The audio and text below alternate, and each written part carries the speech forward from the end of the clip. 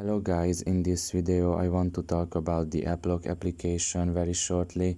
So the entire video is going to be about the app itself, what the app does, what you can do with it. Now the very first thing you can do with this app is when you launch it is set up a PIN code. Now that PIN code will be very important because as you can see, whenever you want to enter the app itself, you will need that PIN code, and you will also need the PIN code in the future as well. So with this app you can lock or unlock applications depending how you want it. So by default you can see here there is an unlock section. Most of your apps by default are going to be here, and in the locked section you can find most of the well-used apps. Most of the apps that are very popular, or the apps that you use the most in this phone, in your device. And if you want to, for example, unlock any of these, you can just press on the lock symbol and they will be transferred to the unlock section. The same thing applies to the unlock section as well. If you want to lock any apps here, you can just press on it and they will be locked.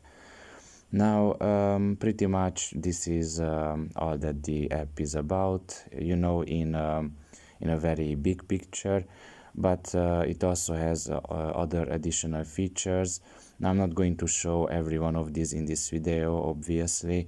They are going to be shown in different videos, but I do recommend using this app because it can be a great privacy protection, basically. Let's say you have a situation when you put down your phone at one of your friend's house and he will look at your messenger. I don't know why would he do that, or why wouldn't he, but let's just assume that for a moment. It can be a great protection in that situation for your friends to not prank you or troll you or anything like that.